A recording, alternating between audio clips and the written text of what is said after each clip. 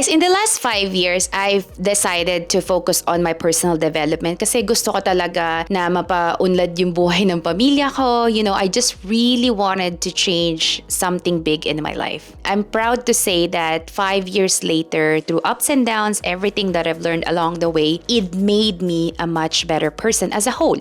Right? As a mom, as a daughter, sa pagiging asawa, talagang thankful ako sa relationship. And that's actually the reason why ginagawa ko rin itong mga videos na to kasi I know how it impacted my life. And so, hopefully makapag-share ako ng a thing or two that you could also implement in your life. Having said that, I can't help but think, lalo na kapag bumabalik ako sa mga environment na I'm much exposed to mainstream beliefs. Ano ba yung mga mainstream beliefs natin na parang dapat lagi kang mabait, lagi kang masaya, right? Dapat mapagbigay ka kasi ano nga ba yung sabi nila? It's always better to give than to receive, right? Dapat lagi kang positive kasi when you speak out yourself or maybe when you disagree with an opinion, right?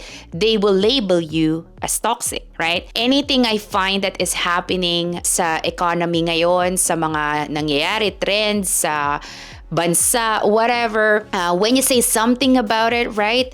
Everything is corresponding to a label. So, yun yung mga nangyayari ngayon, yung societal expectations sa'yo ng tao. And syempre, for being who you are or not knowing anything else how to cope, anong gagawin mo? You conform. Bakit? Kasi that's the easiest way to do it or to deal with it. So yun yung societal expectations sa'yo ng mga tao, and for being who you are, or I would say not knowing any other options or how else to cope with it, you conform. Bakit? Kasi yun yung pinakamadaling gawin how to deal with the situation eh. Alangan namang ikaw pa isang maging tao na go against the current, diba?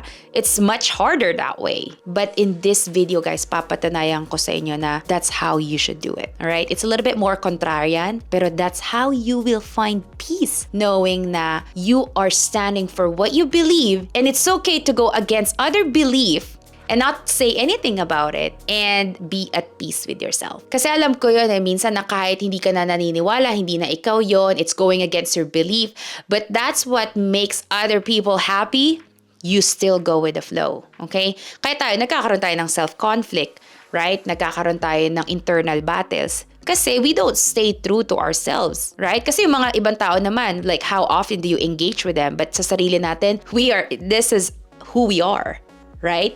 Kaya mga dilemmas, kaya tayo nagkakaroon ng depression because we do not go with what we believe in. So guys, when I was in college, I could not agree more with this. You know, marami akong anxieties, minsan nagpapanik attack pa ako kasi I tried hard. Like, I really tried my best to blend in. Lalo na kapag immigrant ka dito sa Canada, diba? You really try to do that. Kasi you don't want to be bullied or maybe you don't want to be alone, right? That's number one fear too, yung pagiging alone. That's why you'd rather forget about yourself, forget about your beliefs, you know, and go with the flow. You fear being alone. We're gonna talk about that later. But knowing what I know now, guys, even after being a nurse, especially mga first few years ko, nag-try din ako mag-conform yan a lot. That's a time of my life na I almost didn't wanna remember. I was so disappointed with myself, letting what other people did to me, you know, letting that happen. Even though I knew I could see it happening from miles away, I still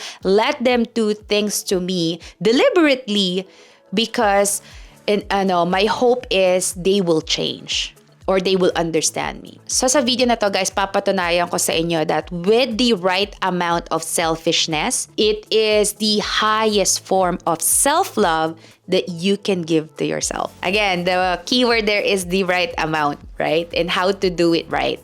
And magugulat kayo kasi once you reach that level where you literally cannot be bothered by anybody, okay? You become the person that does bigger things in life, just naturally, right? You are able to solve bigger problems. You're able to become that person that can give more. And yes, like you have the ability to give more and that you want to give. Kasi guys, ang rule ko when you're giving is you need to want to give it, not just be forced to give something because again, that's what society expects of you, okay? Those two are different things. So number one, I want to share guys, this is start prioritizing your own needs and wants. Napakahalaga nito. Kasi tayo mga tao, especially kapag people pleaser ka, takbuhan ka, ikaw ang sabihan ng mga rants, whatever, lahat na lang, pati ultimong pets, problema ng pets or problema ng kaibigan mo, ikaw talaga. Guys, you have to start changing that. You have to start prioritizing yourself over those things. Kasi number one is, kapag ikaw na ang nangangailangan, napapansin mo ba na you are drained?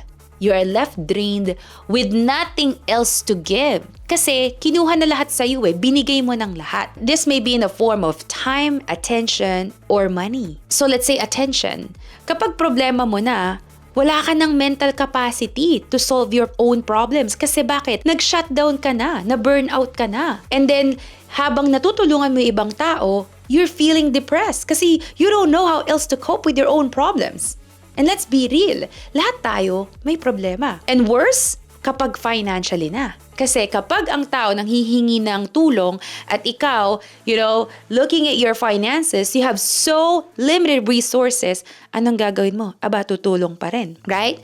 So, ultimo, kukunin mo na yung budget na dapat sa pamilya mo, na dapat sa anak mo, na dapat sa sarili mong kaligayahan, right? Kasi you deserve it because you work 40 hours a week. Sometimes you sacrifice the weekends, the late evenings that you could be spending time with your family. And now you want to go travel, you want to go vacation.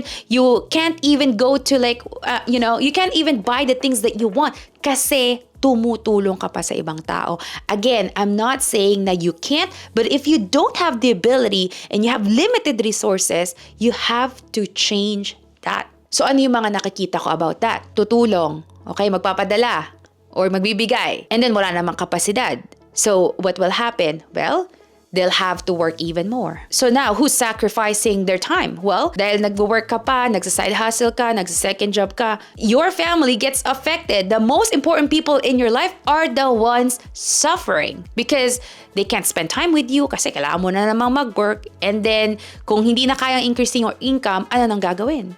Kukuha sa credit card, kukuha sa debts, right? Guys, napaka-common yan, especially amongst our Filipino, na kahit wala na tayong maibigay, ibibigay pa rin natin. Tapos, at the end, tayo ang nagsasuffer, ang pamilya natin ang nagsasuffer, and we go into this endless cycle of giving even when you can't give. Toxic trait natin yung mga Pilipino, okay? We gotta change that. We really gotta change that. And here's the thing. You should find comfort, peace in knowing that it's okay to say no when there's nothing to give. You have to find peace in yourself. And another thing about this giving, right? Let's say, pipilitin mo na magbigay ka. Pero hindi kompleto kasi, kasi nga wala ka maibigay pero, you still wanted to help. So, you give a portion of what they're asking. Guess what? Lalabelan ka. People are not gonna be grateful to you. May masasabi pa sa'yo kasi hindi mo binigay lahat ng gusto nila eh. So, either way, right, they will, unless if you give them everything that they ask of you, hindi rin naman magkakaroon ng fulfillment kasi kulang. I find, ganun yung mga at least na naririnig ko, na nakikita ko firsthand. So, wag na lang. And it's okay to say no. Okay guys, the second thing I do want you to understand is stop giving people the power to break your peace. Now, ito tied to doon sa una kong sinabi kasi guess what? When you learn the art of saying no to people, anong mangyari? They're gonna start sharing their opinions about you. Kasi bakit ka nagno-no? That's like a no-no in this societal expectation. It's always a yes, right? It's always a yes thing. So once you start to learn how to say no, you're gonna draw attention to yourself because people are gonna share opinions about you. And I am here to say that it is okay. People are entitled to their opinions, but it is not your obligation to engage with them, and it is not your obligation to explain yourself to them. Okay? So, yeah, magyap sila, magsabi sila ng opinions, negative things about you, spread lies about you.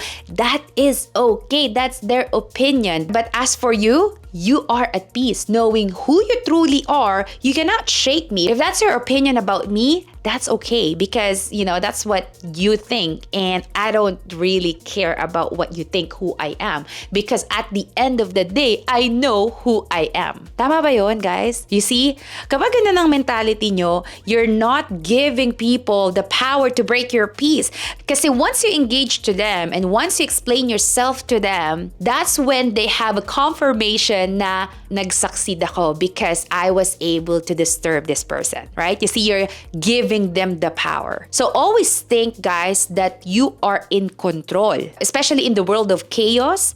Example sa pag nagnegosyo, guys, it is inevitable. When I say inevitable, you cannot stop it. You will meet a person or two along the way that will try to bring you down. And even kahit hindi sa negosyo, right? Buhay ng tao, I don't know, sa trabaho, there will come a time na makakakilala ka talaga ng mga tao na they will bring you down. And good news is, you are in control. You have the power to not break the barrier between them and your peace. Okay? So kahit ano sabihin nila sa inyo, personally may ganito akong experience, and what did I do? I just simply remove myself from the situation. Okay? Bala sila doon mag-party, kung anong gusto lang isipin sa akin. But as for me, I decided to pour my time, my energy into what matters. My family, myself, my business, right? So habang marami silang time sa kung ano-anong pinagsasabi nila at opinion nila about us, about me, right?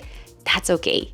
Because for me, I am so productive. My business has never tried the way it did during that time kasi I have the real people who believed in me. Okay, guys, I hope you are understanding this. This is very, very important piece of life experience na hopefully na matutunan nyo rin na implement sa buhay nyo so you can protect your own peace. Okay, so the next one is start saying no to relationships that don't serve you. Oh my gosh, this is another big thing, guys. Yung mga toxic na relationship na meron tayo ngayon. Now, when I say toxic, again, it's not a label, okay? It's not just because, oh my goodness, these people, etong taong to, they speak out what they think or nagdi-disagree sa opinion ko. It's not about that. It's not about the label. I'm talking about the toxic relationship, people who have deliberately hurt you emotionally, mentally, financially. These are the people who have hurt you, who are hurting you, and deliberately going against who you truly are. Yun yung sinasabi ko. It's not a label. It's like literally they're draining you. It's okay to let go of them. It's okay. And in fact, you should. And you have to overcome the fear of being alone.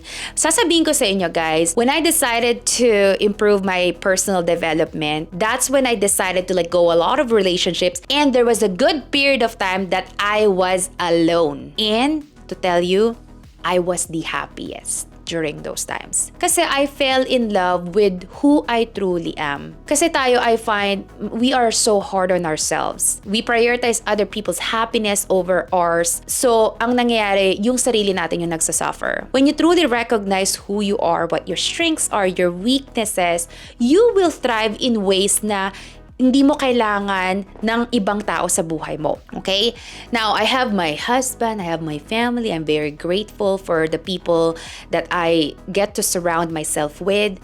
Pero yung mga toxic people that don't serve you, and worse, taking bits of pieces of what's left in you, you gotta start cutting them off. It's very important. Kesa naman may kasama ka nga, right? Itong mga taong to, nakakasama mo nga sa trabaho or friends mo daw, pero hindi ka naman happy. Hindi ka naman fulfilled. What good does it bring you anyway? Ito, napakahalaga nito. I found so much peace in knowing at the end of the day, regardless of what other people say, I know who I am. My family knows me for who I am. Hindi yung pretentiousness or yung facade na binibigay ko sa kanila or pinapakita ko. Okay, so the next one is stop always being available for other people. You have to draw boundary right on day one, kapag may nakilala kang tao or nagpapasok ka ng ibang tao sa buhay mo, you have to draw the boundaries. Period. I don't know, kasi base ko lang to sa life experience ko, no? Sinasagad ka ng mga tao, right? Kasi, I don't know, maybe human nature yun. Sasagarin ka nila if you let them. So, kapag naniniwala ka sa ganung concept, you know you're in control.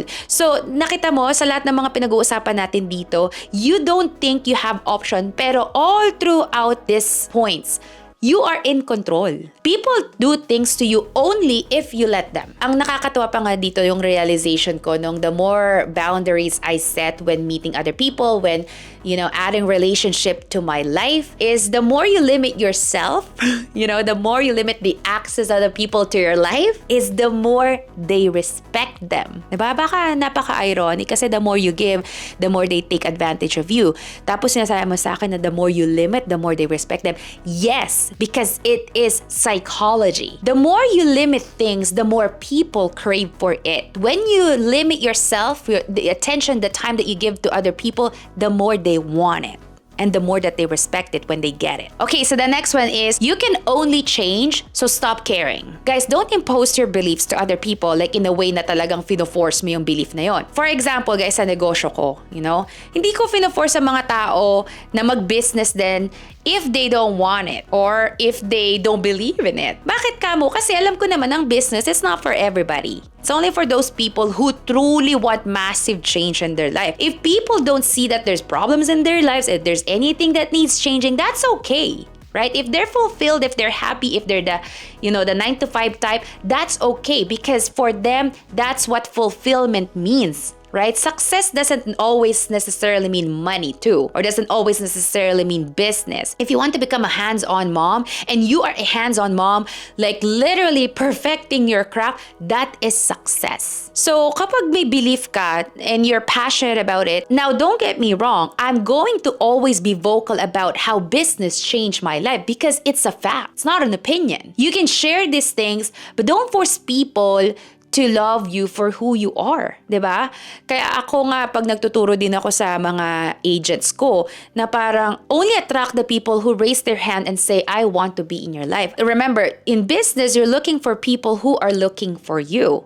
But you also gotta deflect other people na hindi mo ka-mindset, and that is okay. Kasi as tao, marami tayong different beliefs. You just gotta have to respect other people's belief. If we resonate with them, good, maybe you can learn a thing or two, be grateful for them. But if you don't believe in what they believe in, respect them at the very least. Okay? Stop caring. Stop caring so much. Alam mo yung mga nagsasabi na parang, yan kasi si ganyan, dapat ganito yung ginagawa niya, dapat ganito yung ginagawa niya, kasi ganito, dapat ganito. Again, guys, these are all distraction. So kapag kayo, meron kayong goals sa buhay, meron kayong gusto mangyari, pour all your energy and effort into that. And stop caring what other peoples are into. Guys, the last one that I want to share with you is the biggest thing. If there's anything that you can take away from this video, eto yon. Stop chasing validation to prove your self-worth. Nobody needs to tell me that I'm smart, I'm good, I'm a perfect mom, I'm a great wife. I don't need to hear any of those from other people because I know that I am those things in my own way. And kahit magsabi sila ng kahit anong negative opinion nila about me, that's okay too. Because guess what? Hindi naman ako nabubuhay para sa validation nila. I don't need anyone's validation. If I'm doing something right now, let's say gusto ko magpalago ng negosyo or gusto ko maging magaling na ina, that's because I want to, not because I'm chasing other people's validation. Kaya kung kayo yung tao na you guys are motivated by what other people's gonna say about you or gonna think of you, forget about that because that runs out. Because if that's how you're thinking, your motivation to do something better, to chase after your dreams, it's gonna run out. It's gonna run dry. Kasi mapapagod ka eh. Mapapagod ka sa pretentiousness, right? You're gonna get tired of it. So what if you stop getting that validation, right? Ibig sabihin ba, titigil mo na yung ginagawa mo? Biggest to guys, stop getting validation from other people. If you chase after your dreams, make sure you're doing it for yourself, for your family, for bigger purpose, not because this is what people are gonna think of you. And not because people are gonna think highly of you. Your status, those are superficial reasons. Kaya marami din na hindi nagiging successful because they focus on the wrong things. Sinabi ko nga sa inyo nung last video nga, 'di ba? Kung nag-focus lang sana kayo sa pagbibigay ng value sa other people and that's all you do over and over again, you increase your repetition, your volume, that's it. That's all you need. You will become profitable. So nung nalaman ko tong mga mindset shifts na to, guys, it made couple like huge impacts sa buhay ko. Number 1 is I stopped chasing for people, relationships, friendships, and business. I stopped chasing people for those things, okay? Instead, I started attracting them. O diba, mas hindi nakakapagod kasi I get to be myself. Happy ako dyan. Alam mo yung parang, when I say no, I feel happy. When I say yes, I feel happy because I know I am saying those things because I want to, not because I am being forced to say those things. Happy ako, tapos hindi lang yun. Nakaka-attract pa ako ng mga tao na they think like me, na they resonate with me. So, they are here to stay. Ang maganda pa noon is, once you form that circle, especially let's say sa negosyo ko ngayon, I don't have a lot of friends, but I've got solid allies. Yung mga taong we are working towards the same vision and mission na makatulong pa sa ibang tao. That's one of the things that I look forward to doing every single day is to work with these people, with this like-minded individuals. So if you think about it, nagiging filter siya, diba? So which leads me to my second point, na kapag nag-add ka ng relationship sa buhay mo, it's gonna be worth it, right? Kaya yung mga relationship mo from dati, it's okay to cut them off kasi they no longer serve you. So be yourself and then start adding people who are attracted for who you really are without yung mask mo na lagi mo dapat isuot para maka-attract ng mga people, right? Or to go with the flow. Forget about that, Start becoming who you really are.